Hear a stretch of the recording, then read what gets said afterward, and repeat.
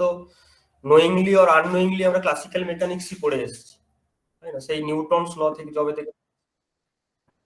ঠিক আছে, Newton's laws of motion যবে থেকে পড়া স্টার্ট করেছি ততদিন থেকেই অ্যাকচুয়ালি আমরা কিন্তু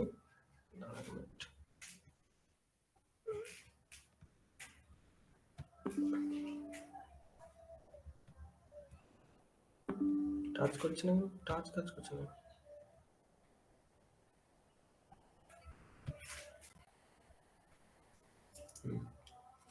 তো যবে থেকে আমরা নিউটনস লজ অফ মোশন এগুলো পড়া শুরু করেছি ততদিন থেকে কিন্তু আমরা ক্লাসিক্যাল মেকানিক্স পড়ছি। তো আমরা হ্যামিল্টনিয়ান ফর্মুলেশন অবধি পড়েছিলাম, তাই তো? হ্যামিল্টনিয়ান ফর্মুলেশন, সেটা একটু জাস্ট রিক্যাপিচুলেট করবো আমরা। তো একটু খেয়াল করে দেখো, আমরা লাগরাঞ্জিয়ান ফর্মুলেশনে কি পড়েছিলাম, যে একটা সিস্টেমের যে লাগরাঞ্জিয়ান হবে L will be T minus V. Okay, L equals to T minus V, মানে kinetic energy minus potential energy. So the Lagrange's equation of first kind সেটা এরকম হতো যে D by DT of del L by del QK dot minus of del L by del QK equals to 0। এটা হতো যেখানে এলটা explicitly or implicitly QK এর function হতো, QK টি এর ফাংশন হতো, QK ডট সেটা টি এর ফাংশন হতো, এবং এক্সপ্লিসিট টাইম ডিপেন্ডেন্সও থাকতে পারত। তো এটা ছিল লাগরাঞ্জেস ইকুয়েশন অফ মোশন, অর্থাৎ যে কোনো সিস্টেমের ক্ষেত্রে প্রেফারেবলি তারা যদি কনজারভেটিভ সিস্টেম হয় কিংবা ডিসিপেটিভ সিস্টেম হলেও চলবে, কিন্তু যদি তাদের ফোর্সটাকে আমরা কিউকে কে আমরা এই আকারে লিখতে পারি যে minus del V by del Q K plus D by DT of del V by del Q K dot, এরকম আকারেও যদি লিখতে পারি যে পোটেনশিয়াল এনার্জি ফোর্সটাকে এইরকম ফর্মে লিখতে পারি পোটেনশিয়াল এনার্জির সঙ্গে রিলেশন হিসেবে, সেক্ষেত্রেও কিন্তু আমরা লাগরাঞ্জেস ইকুয়েশন অফ ফার্স্ট কাইন্ড বা লাগরাঞ্জিয়ান ইকুয়েশন আমরা এস্টাবলিশ করতে পারি, এবং সেই সমস্ত সিস্টেমের ক্ষেত্রে এটা ইউজ করে আমরা তার ইকুয়েশন অফ মোশনকে সেট আপ করতে পারি। তারপর তাকে সলভ করে তার ইকুয়েশন সম্বন্ধে অর্থাৎ তার ডিনামিক্স সম্বন্ধে সমস্ত ডিনামিক্যাল ভ্যারিয়েবলকে আমরা অ্যাক্সেস করতে পারি। তো এটা ছিল লাগরাঞ্জিয়ান ফর্মুলেশন। তারপরে আমরা দেখেছিলাম যে যে কোনো একটা ধরো সিস্টেমের লাগরাঞ্জিয়ান সাপোজ এল, সেখান থেকে যদি আমি সেই এল এর সঙ্গে যদি আমি অন্য কোনো একটা ফাংশন তার derivative time derivative df by dt, যেখানে এফটা হচ্ছে কিউকে আর টি এর ফাংশন, এটা অ্যাড করি, তাহলে দেখতে পাবো যে সিস্টেমটার ইকুয়েশন অফ মোশন ইনভ্যারিয়েন্ট থাকবে। অর্থাৎ এল এবং এল প্রাইম দুজনেই কিন্তু লাগরাঞ্জেস ইকুয়েশন অফ ফার্স্ট কাইন্ডকে স্যাটিসফাই করবে। তো এই এফটাকে বলা হয় লাগরাঞ্জিয়ান গেজ, এফটাকে বলা হয় লাগরাঞ্জিয়ান গেজ। ফর এক্সাম্পল আমরা কুলম গেজ এবং লরেন্জ গেজ আমরা পড়েছিলাম, ঠিক আছে? কুলম গেজ কি ছিল, কুলম গেজ আর লরেন্জ গেজ থেকে কি পেয়েছিলাম যে এ থেকে এ prime equals to a plus grad lambda and phi to phi prime equals to phi minus del lambda by del t. This lambda is the Lagrangian gauge. Lambda is an example of Lagrangian gauge function. কারণ এই ট্রান্সফরমেশনের ফলে সিস্টেমটার ফিজিক্সের কোনো change হবে না, অর্থাৎ তারা প্রত্যেকে যে যার ওয়েভ ইকুয়েশন যেটা স্যাটিসফাই করে, grad square phi equals to minus rho by epsilon naught এবং grad square A equals to mu naught J, এই দুটো ইনহোমোজিনিয়াস ওয়েভ ইকুয়েশনকে ফাইও স্যাটিসফাই করবে, তো ফাই প্রাইমও স্যাটিসফাই করবে, এ যদি স্যাটিসফাই করে থাকে তাহলে এ প্রাইমও স্যাটিসফাই। তো তাই জন্য এটা হচ্ছে কি, হচ্ছে লাগরাঞ্জিয়ান গেজ, আমরা এটা দেখেছিলাম। তবে পরবর্তীকালে আমরা দেখলাম যে লাগরাঞ্জিয়ান ইকুয়েশন বা লাগরাঞ্জিয়াস ইকুয়েশন অফ ফার্স্ট কাইন্ড, এই যে ইকুয়েশনটা, এটা একটা সেকেন্ড অর্ডার ডিফারেন্সিয়াল ইকুয়েশন। তো কিছু কিছু ক্ষেত্রে এটা খুব সিম্পলিফাইড হলেও in most of the cases যদি কমপ্লিকেটেড সিস্টেম হয় সেক্ষেত্রে সেকেন্ড অর্ডার ডিফারেন্সিয়াল ইকুয়েশনকেও কিন্তু সলভ করা অনেকটা কমপ্লিকেটেড হয়, এবং যেহেতু এটা একটা সেকেন্ড অর্ডার ডিফারেন্সিয়াল ইকুয়েশন তাহলে তার এক্সাক্ট সলিউশনের জন্য দুটো বাউন্ডারি কন্ডিশন লাগে, অর্থাৎ দুটো ইনিশিয়াল বাউন্ডারি কন্ডিশন একে এক্স্যাক্টলি সলভ করার জন্য প্রয়োজন হবে, যেহেতু এটা একটা সেকেন্ড অর্ডার ডিফারেন্সিয়াল ইকুয়েশন। তো অনেক সিস্টেমের ক্ষেত্রে এত এত বাউন্ডারি কন্ডিশন জানা সম্ভব হয় না। তো সেই সমস্ত ক্ষেত্রে it is difficult to find the exact solution of the system or exact dynamics of the system. তো সেই জন্য পরবর্তীকালে আমরা এই ল্যাগ্রাঞ্জিয়ানকে একটা ট্রান্সফরমেশন নিয়েছিলাম, সেই ট্রান্সফরমেশনটাকে বলা হয় লিজেন্ডার ট্রান্সফরমেশন। ঠিক আছে, লিজেন্ডার ট্রান্সফরমেশন দিয়ে তাকে আমি হ্যামিল্টনিয়ান বলে একটা ফাংশনে নিয়ে এসেছিলাম, যেখানে h সমান কি ছিল, সামেশন ওভার কে পিকে কিউকে ডট পিকে কিউকে ডট মাইনাস এল। ঠিক আছে, তো এই লিজেন্ডার ট্রান্সফরমেশনের ফলে আমরা দেখলাম এলটা যেটা ছিল কিউকে কিউকে ডট টির ফাংশন, এইচটা কিসের ফাংশন হলো, এই হলো কিউকে পিকে এন্ড টির ফাংশন। এটা আমরা দেখেছিলাম কিউকে পিকে এবং টি এর ফাংশন হচ্ছে। ঠিক আছে, আচ্ছা এবারে এই হ্যামিল্টনকে ইউজ করে আমরা ডিফারেন্সিয়াল ইকুয়েশন মানে ইকুয়েশন অফ মোশন যেগুলো পেয়েছিলাম সেগুলোকে আমরা বলে থাকি ক্যানোনিক্যাল ইকুয়েশন বা হ্যামিল্টনস ইকুয়েশন। সেটা কি হয় না, P K dot equal to minus of del h by del qk and qk dot is equal to del h by del pk। আর একটা জিনিস পাই সেটা হচ্ছে del h by del t equal to minus of del l by del t, এটাও পাই। তো mostly যেটা আমাদের কাছে useful মানে মোস্ট ইম্পর্টেন্ট দুটো ইকুয়েশন সেটা হচ্ছে এই দুটো ইকুয়েশন, এটাকে আমরা বলে থাকি canonical equation. pk dot equal to minus del h by del qk and qk dot is equal to del h by del pk। তো সেক্ষেত্রে দেখতে পাচ্ছি যে নাম্বার অফ ইকুয়েশন ডাবল হয়ে গেছে, কিন্তু এটা এখন ফার্স্ট অর্ডার ডিফারেন্সিয়াল ইকুয়েশন। ঠিক আছে, তাই জন্য Hamilton's formalism is somehow simplified than the Lagrangian formalism, কারণ Lagrangian formalism second order differential equation ছিল, আর হ্যামিল্টনস প্রিন্সিপাল হ্যামিল্টনস থিওরেম বা হ্যামিল্টনিয়ান ফর্মুলেশন এটা হচ্ছে ফার্স্ট অর্ডার ডিফারেন্সিয়াল ইকুয়েশন। তাই জন্য এটা সিম্পলিফাইড, তার মানে একটা কঠিন ইকুয়েশন সলভ করার চেয়ে দুটো সহজ ইকুয়েশন সলভ করা সহজ। তো সেই কারণে এটা হচ্ছে অনেকটা সিম্পলিফাইড। ঠিক আছে, তো এই অবধি আমরা আলোচনা করেছিলাম অ্যাকচুয়ালি যে হ্যামিল্টনিয়ান ফর্মুলিজম কি করে এলো, সেটা একটা আমি জাস্ট ব্রিফ রিক্যাপিচুলেশন আমি দিলাম। তো আজকে নতুন যে জিনিসটা আমরা আলোচনা করব সেটা হচ্ছে poison bracket.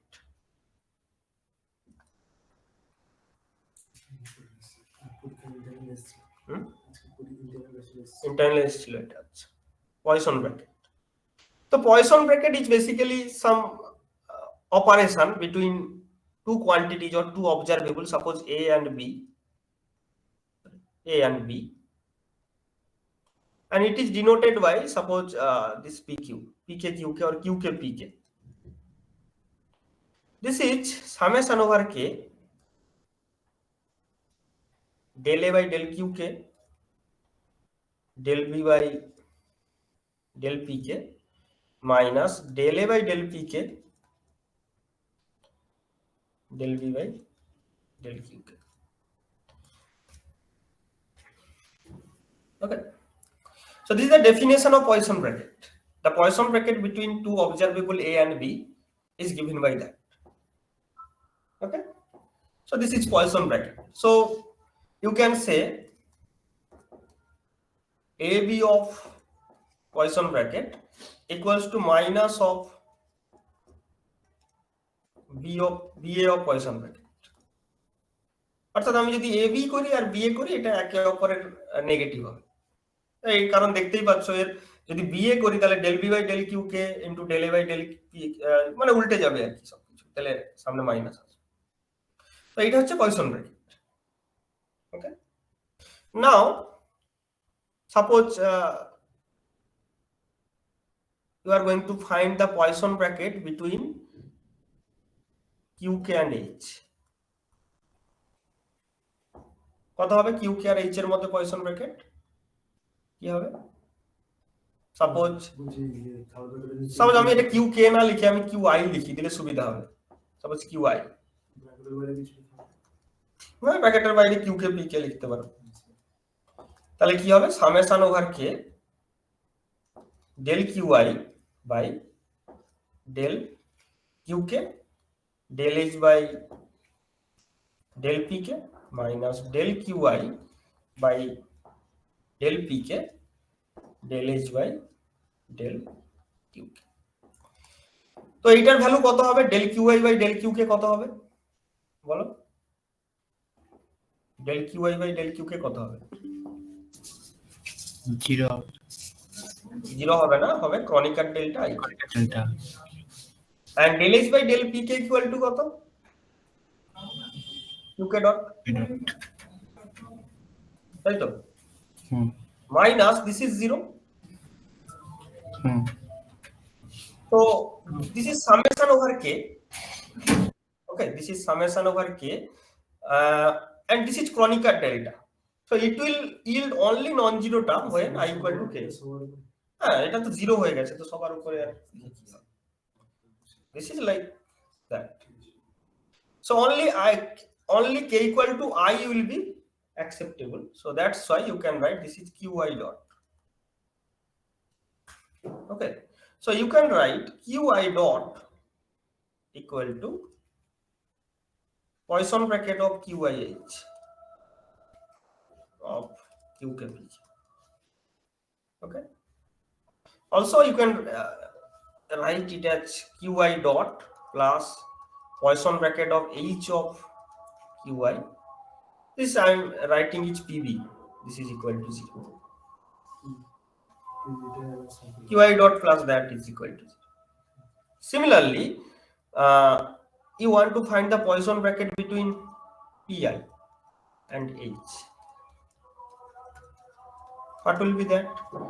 This is summation over k del pi by del qk. Okay, del pi by del qk into del h by del pk minus del pi by del pk into del h by del qk. So this is 0 and minus summation over k, this is Kronecker delta ik and this is minus qk dot, so minus pk dot, so minus versus plus pk dot, and effectively you can write this is pi dot. So pi dot is equal to this is PIH Poisson bracket, right? ঠিক আছে তো নাকি, বলো ঠিক আছে কিনা? তাহলে আমরা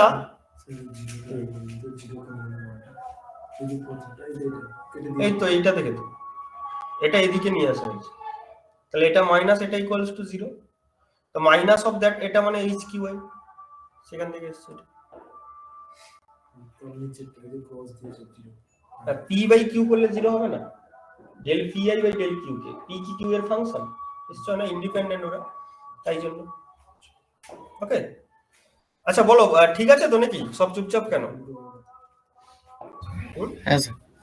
ঠিক আছে, আচ্ছা তাহলে আমরা ক্যানোনিক্যাল ইকুয়েশন গুলোকে এভাবে লিখতে পারি, কিভাবে আমি একটু ছোট করে লিখছি এখানে, যে QI dot equals to QI H, আমি পিবি আর লিখছি না, এটা poison bracket, it's not commutation bracket, of course it's poison bracket, and pi dot is equal to Poisson bracket of pi and h. Okay, so this is our canonical equations. Okay, now a task for you, Poisson bracket between time and Hamiltonian, এটা কত হবে? কত হবে বলো দেখি, কত হবে time and Hamiltonian করলে?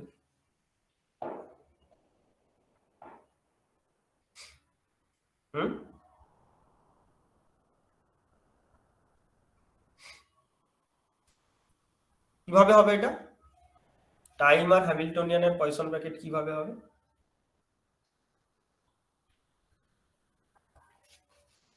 কি হলো?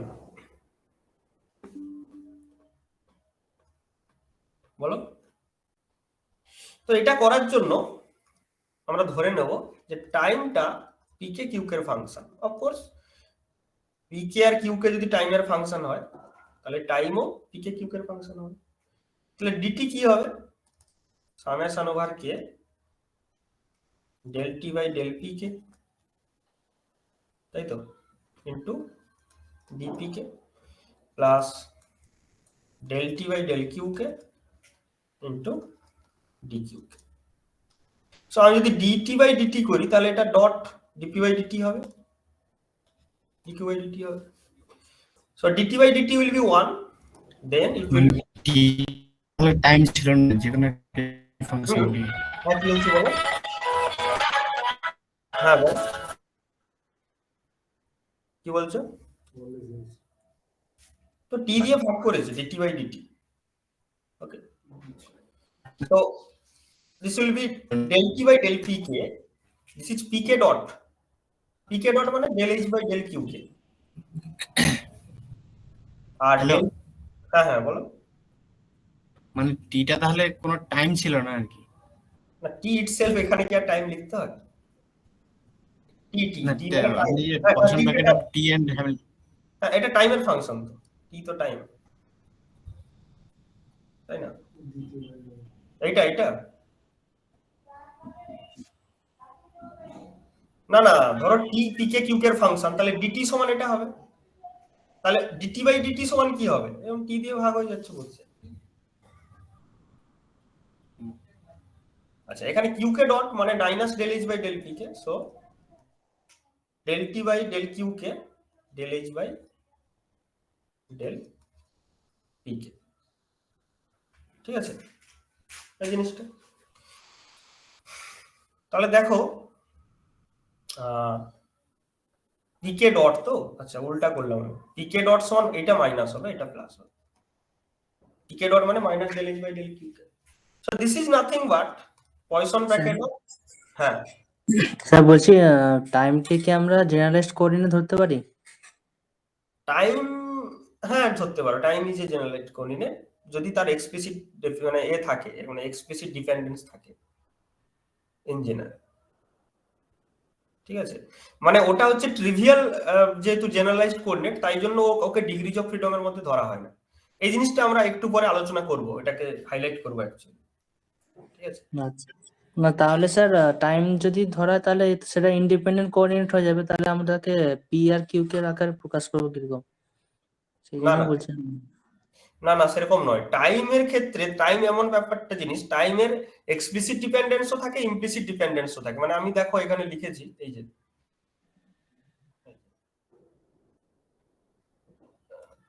এই যে দেখো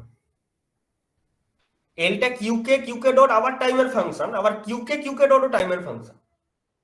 তো both explicit and implicit dependence টাইমের থাকে। সুতরাং টাইমকে আমি আলাদা করে এরকম লিখতে পারবো না, মানে টাইমের কখন সে ইন্ডিপেন্ডেন্টলি থাকবে কখন ডিপেন্ড করবে এটা আগে থেকে প্রেডিক্ট করা যায়। আচ্ছা হুম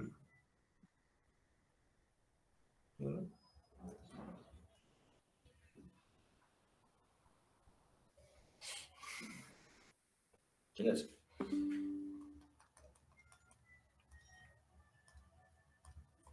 আচ্ছা তো টাইম আর হ্যামিল্টনিয়ানের পয়সন ব্র্যাকেট হচ্ছে এই জিনিসটা, বোঝা গেল মোটামুটি। এবারে আমরা যেটা দেখবো সেটা হচ্ছে কি general equation of motion, general equation of motion. একটা সিস্টেমে জেনারেল ইকুয়েশন অফ মোশন কি হবে? ইকুয়েশন অফ মোশন বলতে আমরা সাধারণত আমাদের প্রথম যেটা মাথায় আসে সেটা হচ্ছে কি Newton's laws of motion, F equal to m, কিংবা অনেক ধরনের ইকুয়েশন অফ মোশনই আমরা পড়েছি, কিন্তু আমি বলতে যেটা চাইছি যে জেনারেল ইকুয়েশন অফ মোশন, অর্থাৎ let consider a general dynamical observable O will be the function of qk, pk and t. So what will be do? Do will be summation over k del O by del qk dqk plus del O by del pk into tpk plus del O by del t into dt. So dO by dt এটা কি হবে? Del O by del Q K dot by del O by del P K dot plus del o by del t. Now qk dot is equal to del h by del pk.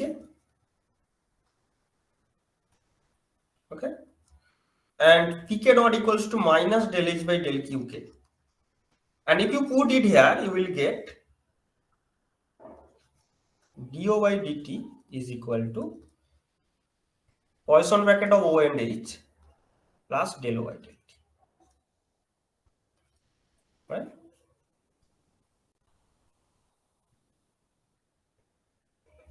Okay.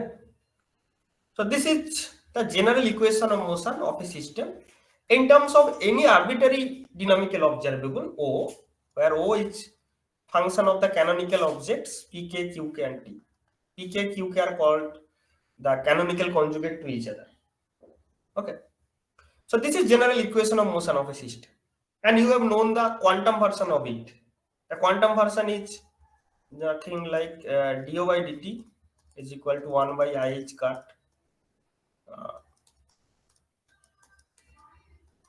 commutation bracket plus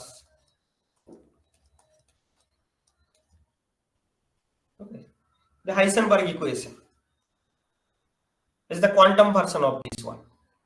You can replace the dynamical observables by the corresponding quantum operators so that you can find similar kind of equation.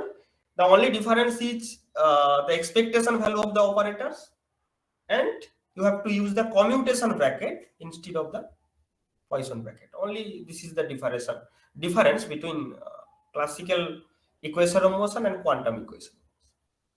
So however, this is the general equation of motion of a system in classical mechanics, this one. Okay, now look at carefully. If O be any constant of motion,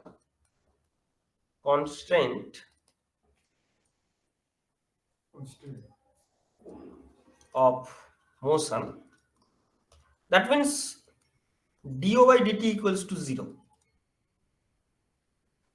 Okay, then you can write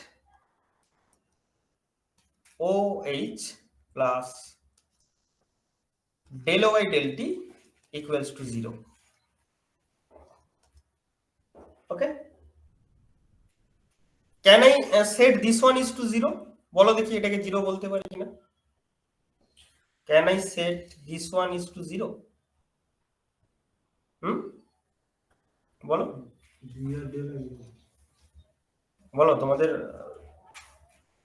পারসেপশনটা বলো, যেটাকে আমরা 0 করতে পারি। আমি বললাম O is constant of motion. শুনুন কি বললেন, আমি বললাম যে O is constant of motion.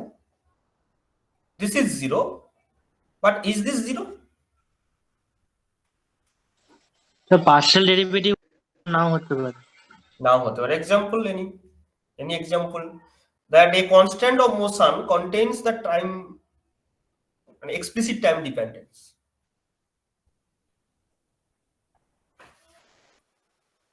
Frictional force হলে মানে হ্যাঁ, ফ্রিকশনাল ফোর্সে কি হয়? Del O by del t টাইমার ফাংশন হয় ফ্রিকশনাল ফোর্স, না ভেলোসিটি ফাংশন। কিন্তু এখানে del O by del t যদি এক্সপ্লিসিট টাইম ডিপেন্ডেন্স হয় তবেই কেবলমাত্র আমরা এই জিনিসটা দেখতে পাবো। ঠিক আছে, so let's take an example. Actually I can say that we can never say that any constant of motion is always will be independent, explicit time independent, because suppose you have a free linear motion.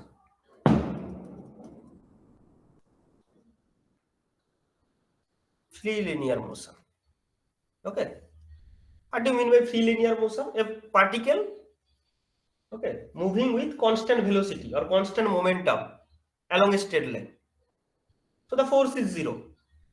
the net force on the system is 0 and it's moving in a particular straight line. So the Hamiltonian will be H is equal to, the Hamiltonian will be P square by 2 m. So no QK term here. So one dimensional system, so only one component of P square by 2 m. So Q is cyclic coordinate here. Q is cyclic coordinate. Okay. Now, if you draw the phase space diagram of this, suppose this is QK or Q basically, and this P, what does it yield? It will yield a constant P. Okay, it will yield a constant P. That means like that or like that.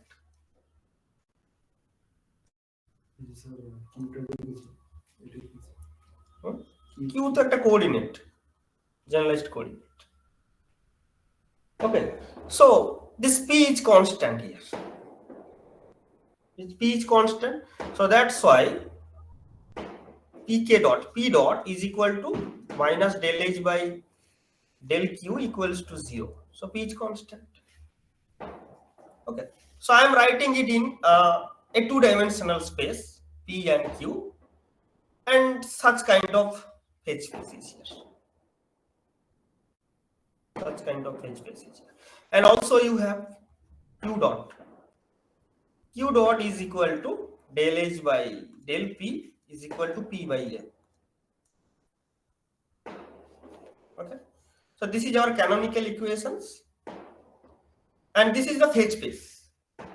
So if you add the time dependence on it, if you want to plot in a time scale, then suppose the extended phase space will be like this is Q, this is P, and this is suppose T. So instead of line, you may have some plane like that. So with time, it will not change. So the momentum is P, whatever the value of Q and whatever the value of T at any particular at any arbitrary instant of time, and with any position, any arbitrary position, the momentum will not going to be changed. The momentum is constant, and the constant may be positive or negative depending on the direction. Okay, because P equals to root over twice mh. So basically H is the constant here. H is constant. Because as P is constant, so H is constant, right? Right or wrong? P is constant, so H is also constant. So here H is the constant of motion.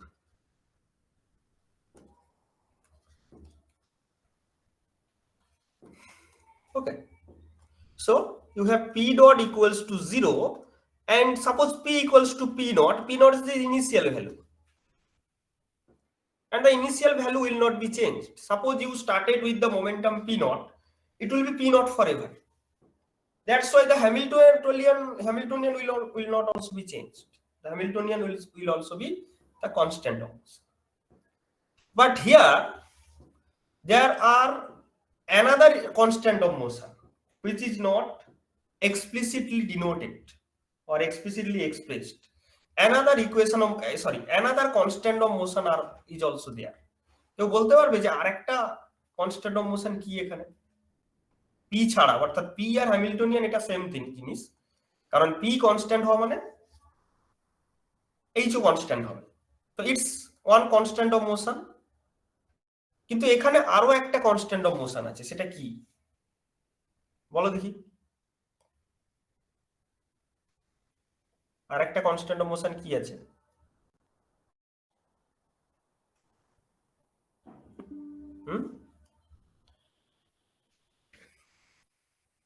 এখানে আরেকটা constant of motion আছে,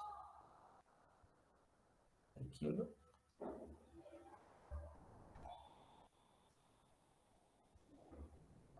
sir potential energy থেকে যেটা পাই ওটা কি হবে? Potential energy তো zero এখানে।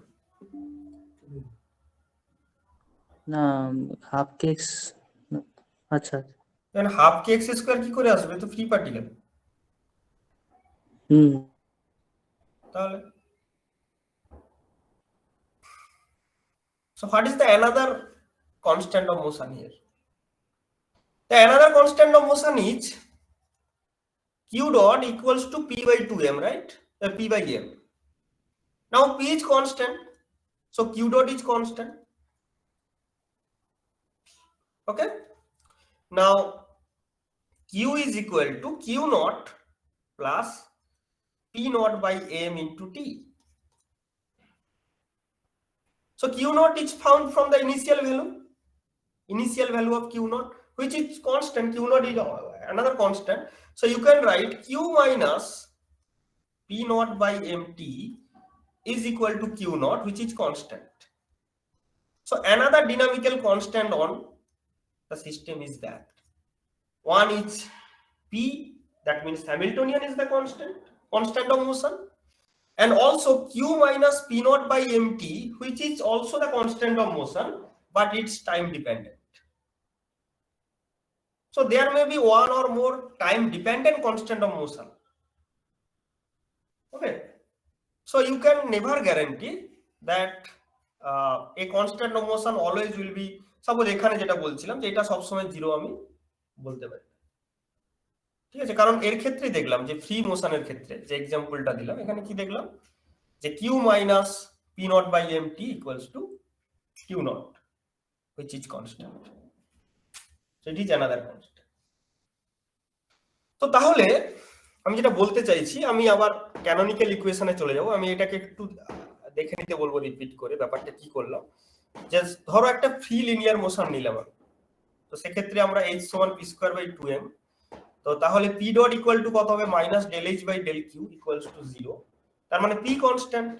p কনস্ট্যান্ট মানে আবার এখান থেকে আমরা পেয়ে যাচ্ছি কি, এখান থেকে আমরা পেয়ে যাচ্ছি যে this is constant, so which is another constant of motion. কারণ আমি 3D তে প্লট করেছি একে, 3D তে যদি আমি একটা প্লেন পাই, একটা প্লেন দিচ্ছে ফেজ স্পেসটা, এটার অর্থ হচ্ছে দুটো কনস্ট্যান্ট অফ মোশন আছে।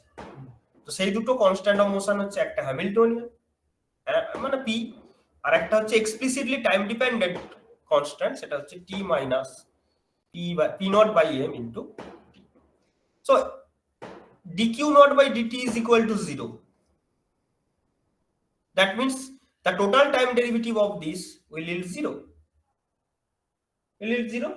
But del q naught by del t, it will not going to be 0. Because del q naught by del t means minus p naught by m. Okay. So you can check with the Poisson bracket. Suppose Poisson bracket of q minus p by mt, suppose, in terms of dynamical variable by mt with h. So this will be q minus p by mt into p square by 2m. Okay, so p and p will commute to each other. Okay, p and p will commute to each other, so this will yield 0. So only you have q into q and p square by 2m. Okay, q and p square by 2m. So it will yield 2 into p into 2m, q and p, and the Poisson bracket of qp will be 1. So this is p by m. Okay, so p by m. So p by m is not 0. So always the constant of motion may not vanish in the Poisson bracket with Hamiltonian.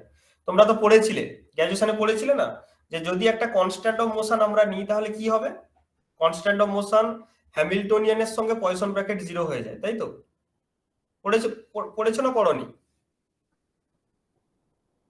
তোমাদের question আসতো বোধহয় গ্র্যাজুয়েশনে। So that the Poisson bracket of Hamiltonian with a integral of motion or constant of motion yield 0. কিন্তু এখানে দেখো 0 দেয়নি, দিয়েছে কি 0? এখানে দেখো 0 দেয়। তো অলওয়েজ কোনো কনস্ট্যান্ট অফ মোশন যে পয়সন প্যাকেটের সঙ্গে 0 দেবে তার কোনো গ্যারান্টি নেই, এখান থেকে আমরা দেখতে পাচ্ছি। ঠিক আছে, তো এখন আমরা যেটা চাইবো, আবার আমি ক্যানোনিক্যাল ইকুয়েশন লিখবো, del H by del Q k equal to minus of pk dot, then del H by del pk equal to qk dot. Okay, del H by del pk qk. Now suppose this qk or pk, suppose anyone, suppose qk is the cyclic coordinate, suppose qk is cyclic coordinate, then you can say that pk dot equals to 0. Okay, pk dot equals to 0, then pk equal to constant. So in that case the equation of motion goes very simple. If you have a system with more and more cyclic coordinates, then the calculation regarding the dynamics of the system will get simplified. Okay, but you can never say all the generalized coordinates and or the generalized momentum may be a cyclic coordinate. সব সময় আমি তো guarantee দিতে পারি না যে এই Q k P K এগুলো সব সময় সাইক্লিক কোঅর্ডিনেট হবে, কিন্তু হলে আমার সুবিধা হতো।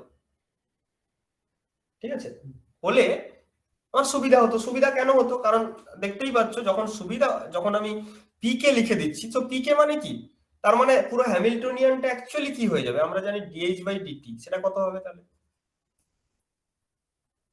Suppose dH by dt, so it will be, suppose dH by dt equals to 0. Okay, so that means Hamiltonian will be the constant of the motion in that case. ঠিক আছে, অর্থাৎ pk qk more and more pk or qk যদি cyclic coordinate হয় তাহলে আমার এই calculation গুলো কি হবে, সিম্পলিফাইড হবে। কিন্তু লাকিলি অর আনলাকিলি সমস্ত সিস্টেমের ক্ষেত্রে আমরা এইগুলো সাইক্লিক পাই না, অনেক সময় এক্সপ্লিসিট ডিপেন্ডেন্স থেকে যায়। তাহলে কি হয়, সেটাকে আমাকে ক্যালকুলেশনটা অনেকটা কমপ্লিকেটেড হয়ে যায়। কিন্তু আমি যদি কোনোভাবে ট্রান্সফর্ম করতে পারি, সাপোজ ট্রান্সফর্ম করছি কি, যে সাপোজ কোন একটা সিস্টেমের হ্যামিল্টনিয়ান ছিল কি Q K P K and T. Okay, so this is suppose নন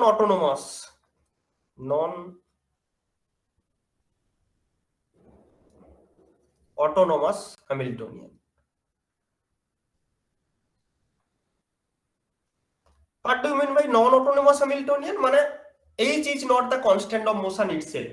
যে সমস্ত সিস্টেমের ক্ষেত্রে আমরা দেখতে পাবো H is the constant of motion, মানে H constant on time, তার মানে কনজারভেটিভ সিস্টেম।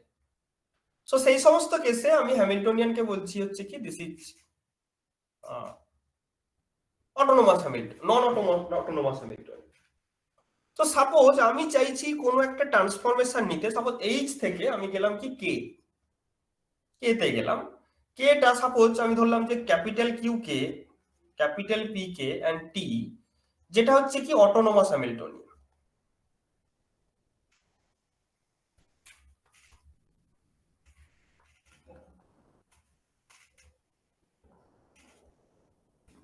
Autonomous Hamiltonian.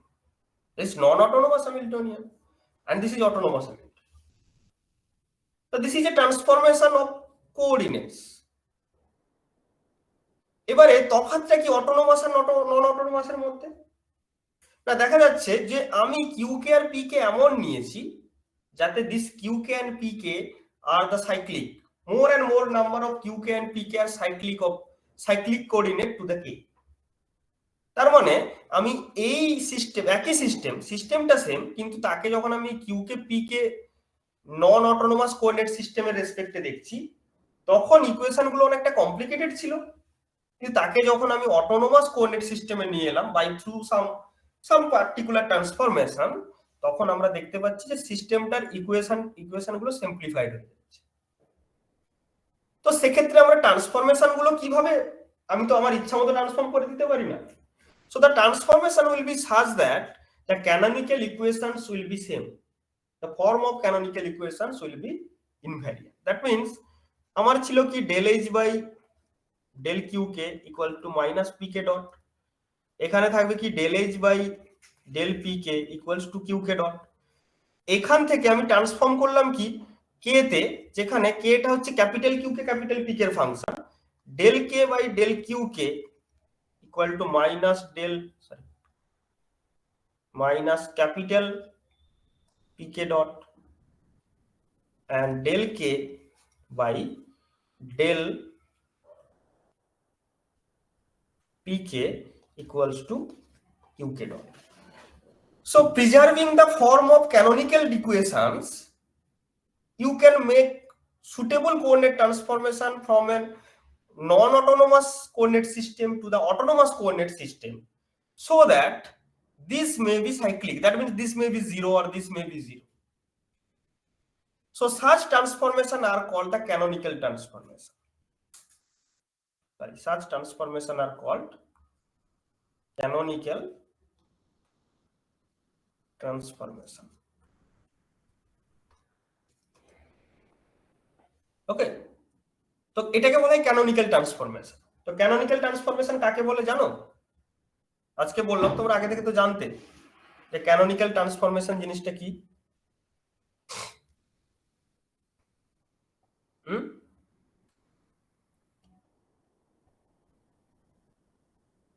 বলো, what do you mean by canonical transformation? জলটা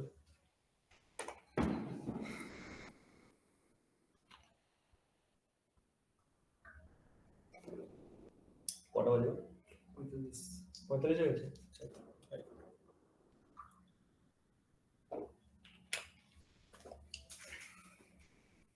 কি হলো বলো, what do you mean by canonical transformation? Nilanjan? মনে নেই স্যার। ভাই শুভ্রদীপ বলো, তোমাদের তো হয়েছে, এগুলো ক্লাসে তো হয়ে গেছে। কি হলো, রেসপন্ড করো। ক্যানোনিক্যাল ট্রান্সফরমেশন কি, কে বলতে পারবে?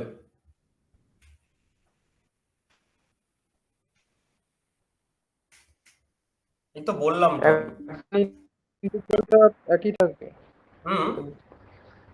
লাগরাঞ্জিয়ান তো মানে লাগরাঞ্জিয়ান এল থেকে এল ড্যাশ হলেও যে অ্যাকশন ইন্টিগ্রাল যেটা হয় সেটা মানে একই থাকে, কনস্ট্যান্ট। অ্যাকসেন্টই সেটা আলাদা জিনিস। Canonical transformation is such a coordinate transformation which preserves the canonical equation. So এই ক্যানোনিক্যাল ইকুয়েশনকে প্রিজার্ভ করে বলে, সেটাকে বলা হচ্ছে ক্যানোনিক্যাল ট্রান্সফরমেশন। যে suppose you have a primitive Hamiltonian, primitive arbitrary Hamiltonian h which is function of small q k small p k which is arbitrary coordinates. That means not the arbitrary generalized coordinate of course, and generalized momentum. Now you suitably make the transformation from small qk to capital qk capital pk, so that it will also exhibit the same pattern of canonical equations. ঠিক আছে, same pattern of canonical equations. So this is the canonical transformation. Okay, so now you have the old coordinate and momentum qk pk to new coordinate and momentum qk pk, so that the canonical equations are, the pattern of the canonical equations remain invariant. এবং এটা দেখানো যায় যে actually এই ট্রান্সফরমেশনটা তখনই possible হবে যদি p ডিউ মানে পি ডি কিউ মানে p k d q k minus capital P k capital d q k this is equal to suppose df হয়। Okay, so for a valid canonical transformation you have such type of conditions. এই f টাকে বলা হয় কি generating function, f টাকে বলা হয় কি এটা বলা হয় জেনারেটিং ফাংশন। ওকে, অ্যাকচুয়ালি এটা হচ্ছে কিভাবে, কারণ আমরা জানি a ইজ ইকুয়াল টু কত হয়, pk qk dot minus l, এটা আমরা জানি pk qk dot minus l। আবার আমি একটা নিউ হ্যামিল্টনিয়ান, সেই সিস্টেমটারই একটা নিউ হ্যামিল্টনিয়ান ইন্ট্রোডিউস করলাম, সেটা এরকম হবে capital pk capital qk dot minus l prime. Okay, minus l prime, যেখানে এই l প্রাইমটা কি, l প্রাইম ইকুয়াল টু হচ্ছে l plus df by dt। Okay, f equal to df by dt। তো এখন আমি যদি দুটোকে কম্পেয়ার করে দেখি, অ্যাকচুয়ালি আমি এই জায়গায় বসিয়ে দেবো, তাহলে কে এর জায়গায় আমি এটা বসিয়ে দিচ্ছি যে k equals to summation over k কত হবে, কত হবে pk dqk by dt, okay, minus l minus df by dt। আর এইটা কি ছিল, এইটা, তাহলে এই দুটো যদি কম্পেয়ার করা হয়, এখানে l আর l কমন আছে, তার মানে আমি এই দুটো কম্পেয়ার করে লিখতেই পারি যে this p dq minus capital p k dqk equals to df. So this f is that, f is the generating function which was initially the Lagrangian gauge. Okay, তো এইটা হচ্ছে this is the mechanism or this is the intuitions behind canonical transformation. তো এইভাবে আমরা canonical transformation করতে পারি। তো canonical ট্রান্সফরমেশনের 4টি রুল আছে, তো সেই রুলগুলো আমরা পরে, আজকে একটু সময় কম আছে আর কি, তো রুলগুলো আমি পরের ক্লাসে আলোচনা করব। 4টে রুল আছে, অর্থাৎ এই যে জেনারেটিং ফাংশন, আমরা 4টে different type of generating function ধরতে পারি, সেই হিসাবে আমরা 4 ধরনের এই ট্রান্সফরমেশনকে দেখতে পারি। মানে সবগুলোই ক্যানোনিক্যাল ট্রান্সফরমেশনকে স্যাটিসফাই করবে, অর্থাৎ এইটা স্যাটিসফাই করবে, কিন্তু ইন ডিফারেন্ট 4 ডিফারেন্ট ওয়েজ। ঠিক আছে, এবারে ব্যাপারটা হচ্ছে আমরা ক্যানোনিক্যাল ট্রান্সফরমেশন তো যে কোনো ভাবে করতে পারি, এই কন্ডিশন স্যাটিসফাই করে যে কোনো ভাবে করতে পারি, কিন্তু আমরা ক্যানোনিক্যাল ট্রান্সফরমেশনটা এমন ভাবে নেব যাতে এইগুলো ইন্টিগ্রাল অফ মোশন হয়ে যায়। ঠিক আছে, আর ইন্টিগ্রাল অফ মোশন হয়ে গেলে পিকে আর কিউকে দুটোই কনস্ট্যান্ট হয়ে যাবে, কনস্ট্যান্ট হয়ে যাবে, অর্থাৎ দিলে নাম্বার অফ ইকুয়েশন সেটা কমে যাবে। তো এই ট্রান্সফরমেশনকে বলা হয় পয়েন্ট ক্যানোনিক্যাল ট্রান্সফরমেশন, অর্থাৎ canonical transformation which yields the moment and coordinate as the integral of motion or constant of motion called the point transformation. তো সেই পয়েন্ট ট্রান্সফরমেশনকে কাজে লাগিয়েই অ্যাকচুয়ালি আমরা আরো advanced modification of the Hamilton's equation করেছি, সেটাকে বলা হয় Hamiltonian Jacobi equation. Hamiltonian Jacobi equation is nothing but a suitable canonical transformation which yields the constant of motion pk qk which is called the point transformation. ঠিক আছে, তো সেইটা আমি just এই শেষের দিকগুলো আমি অতটা ডিটেলসে বললাম না, এই ডেরিভেশনটাও যে বললাম জাস্ট ওপর বললাম। ঠিক আছে, আমি জাস্ট ব্রিফ আইডিয়াটা আজকে দিলাম। পরের ক্লাসে আমরা জেনারেল মানে যেটা হচ্ছে কি ডিটেলসে এগুলো ডিরাইভ করব, এবং এর যে অ্যাসপেক্ট গুলো, মানে এই ট্রান্সফরমেশনের যে বিভিন্ন অ্যাসপেক্ট আমি বললাম যে 4 ধরনের হতে পারে, choosing this generating function in different 4 ways, এবং কি ভাবে সেটা করা সম্ভব ট্রান্সফরমেশন গুলো, সেগুলো আমরা আলোচনা করব। এই হচ্ছে আজকের ক্লাস। ঠিক আছে, এই কদিন আমি একটু ব্যস্ত আছি, এই জন্য তোমাদের একটু হয়তো টাইম হচ্ছে, পরের ক্লাসগুলো থেকে ঠিকঠাকই হবে। ঠিক আছে, তো তোমাদের কোনো কোশ্চেন থাকলে বলো। অনেকে তোমাদের শুভ্রদীপদের তো হয়ে গেছে, হয়ে গেছে তো? হ্যাঁ স্যার, ওই যে 4টে ফর্ম ওগুলো পড়া হয়ে গেছে তো? ওই যে তোমার হচ্ছে হ্যাঁ স্যার, জেনারেটিং ফাংশন পড়েছি। 4টে জেনারেটিং ফাংশন ধরে তোমার 4টে রুলস আসবে ক্যানোনিক্যাল ট্রান্সফরমেশন। আর হ্যামিল্টনিয়ান জ্যাকোবিতে কি করেছো? স্যার ওটা এখনো করা হয়নি, আপনি করাবেন বললেন। আমি কিন্তু মানে তোমাদের ক্লাসে হয়েছে তো? না, ক্লাসে এখনো হয়নি, আচ্ছা আচ্ছা, মাঝখানে ছুটি আরে পড়ে গেল ওই জন্য। হুম, ঠিক আছে। আচ্ছা, বাকিদের কোনো কোশ্চেন থাকলে বলো, শেয়ার করো একটু তাড়াতাড়ি করে। ডায়মন্ডে পড়া হয়ে গেছে হ্যামিল্টনিয়ান জ্যাকব ইকুয়েশন? না স্যার, শুধু ওই ল্যাগ্রাঞ্জিয়ানটাই হয়ে রয়ে গেছে, হ্যামিল্টনিয়ান জ্যাকোবিয়ান ক্যানোনিক্যাল এগুলো কিছু হয়নি। তো তোমাদের হবে না মনে হচ্ছে নাকি? না স্যার, হবে। এজিসি স্যার দুটো দিকে নিচ্ছেন, মানে ক্লাসিক্যাল মেকানিক্স কম আর ম্যাথ ফিজিক্স দুটোই নিচ্ছেন, তাই জন্য আর কি। আচ্ছা আচ্ছা, তো যাই হোক আর এগুলো একটু করো। সেদিকে তো স্যার সুজয় স্যার এসটিআরটা এখনো পড়াচ্ছেন, উনি আবার রিজিড বডি নেবেন। আমাদের তো স্যার STL এত মার্চের বছর হয়নি? না স্যার, STL কি মার্চের 15 তারিখ পরীক্ষা। STL কি হয়েছে মানে তোমার তো সেই লাস্ট অবধি যেটা হয়েছিল ফোর মোমেন্ট অবধি, তারপর আর কি আছে? এখনো তো করেছে, আজকে ছিল, এবার আমি আজকে ক্লাসটা করিনি। লাস্ট তো তুমি যেটা বলেছিলে ওই ফোর ভেক্টর দিয়ে যা হয়েছিল, তারপর আর কি?